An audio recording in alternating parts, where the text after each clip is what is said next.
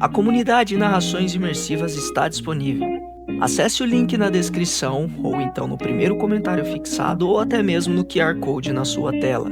Você pode assinar a nossa comunidade em duas plataformas. Estamos tanto na Aurelo quanto no Spotify, via Patreon. Ao se tornar membro da nossa comunidade, além dos livros já disponíveis no nosso canal, você encontra uma série de livros exclusivos para a nossa comunidade. Todos os livros são em formatos de MP3, sem interrupções ou propagandas, para uma maior e melhor narração imersiva. E para aqueles que já são membros, já estão aproveitando do nosso mais novo projeto, que se trata de Harry Potter totalmente ambientado, sonorizado e com a trilha oficial dos filmes. A versão definitiva para quem busca uma verdadeira imersão na saga. Então não fique de fora. Assine a nossa comunidade e descubra mais uma forma de ouvir narrações imersivas.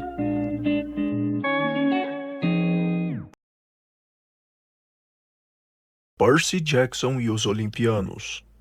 O Cálice dos Deuses. Um livro de Rick Riordan, narrado por Luca Guadagnini. 11. A gente ganha 0 bilhetes de prêmio. Vocês têm que ir à feira de produtores da região, disse Abby, como se estivesse nos enviando para uma maratona hedionda de provas de admissão na faculdade. Estávamos sentados à mesa de novo, apreciando uma segunda leva de pizza.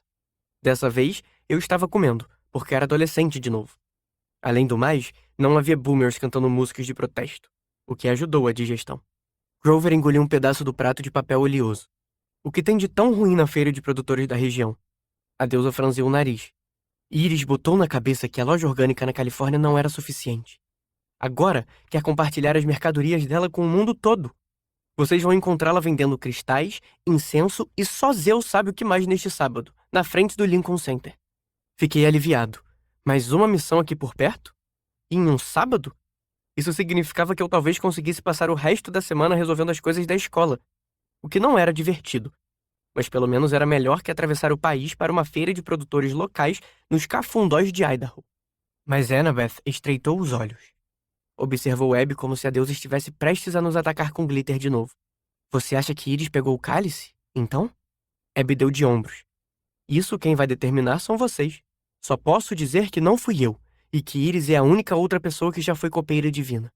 Talvez, por trás daquela fachada de arco-íris de paz e amor, ela odeia Ganimedes mais do que deixa transparecer. Eu já conheci Iris. Ela não pareceu rancorosa. Falei. E eu pareço? Retrucou Abby. Fiquei de bico fechado. Às vezes, eu aprendo. Obrigada pela sua orientação, grande Abby, disse Annabeth. Pedimos sua permissão para sair daqui em paz. A deusa cruzou os braços. Muito bem.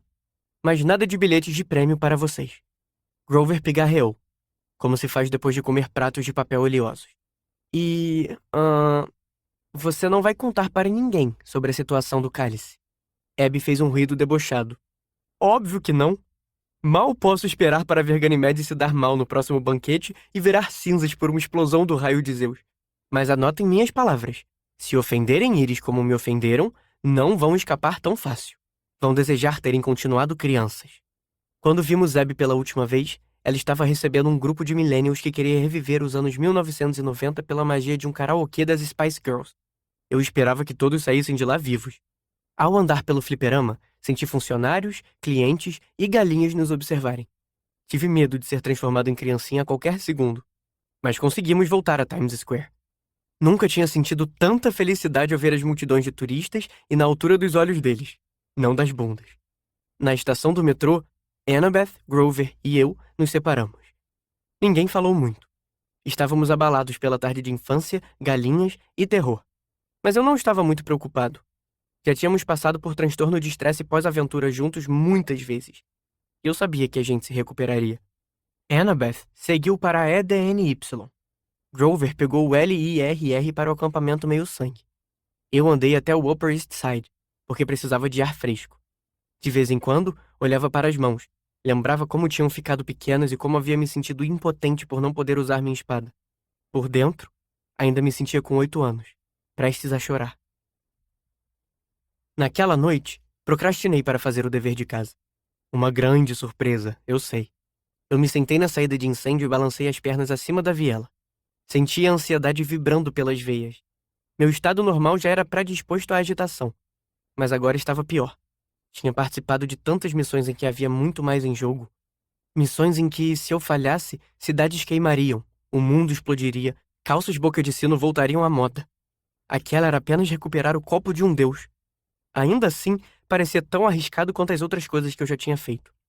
Talvez fosse porque eu estava muito perto de me formar e, com sorte, começar uma vida nova na Califórnia. Faltavam apenas alguns passos, mas o chão começava a rachar sob meus pés. Eu não achava que o mundo iria sustentar meu peso por muito mais tempo. Ei, disse minha mãe. Olhei para trás e a vi pulando a janela. Precisa de ajuda? Perguntei, já me levantando. Eu não sabia direito por que havia ficado preocupado.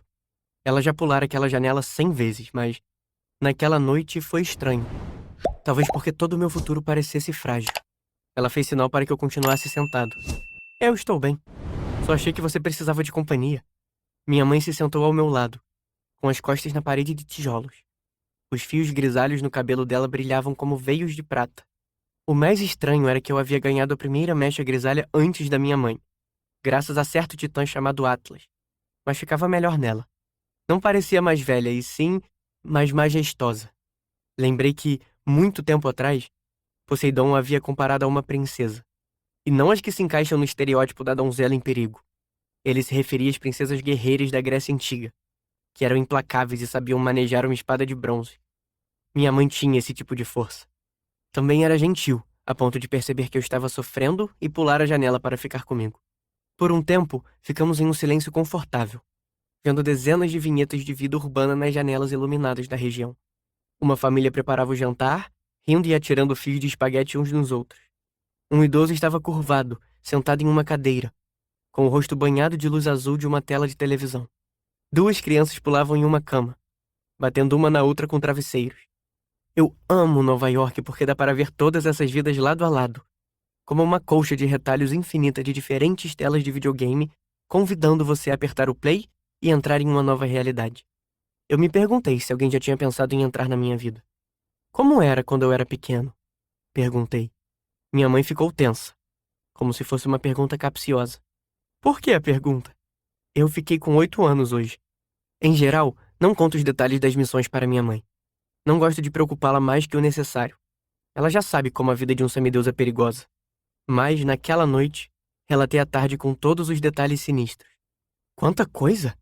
Eu sempre gostei de Jealous Guy, mas mesmo assim... Assenti, com um nó na garganta. Mas você conseguiu, disse ela.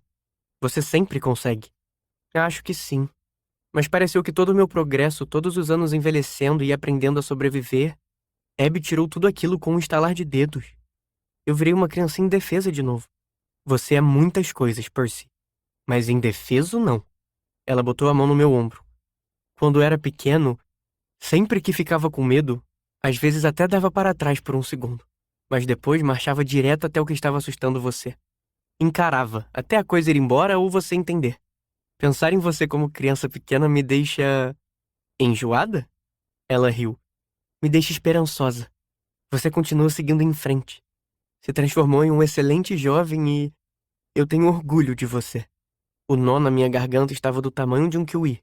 Não tem problema duvidar de si mesmo, acrescentou minha mãe. Isso é completamente normal. Até para os semideuses? Para eles em especial. Ela me puxou para perto e beijou minha cabeça, como fazia quando eu tinha 8 anos mesmo. Além do mais, você tem que lavar a louça. Dei um sorrisinho. Todo esse papo fofo foi só para eu lavar a louça? Não só. Agora me dá uma mãozinha, por favor. Me sentar é fácil, mas me levantar, nem tanto.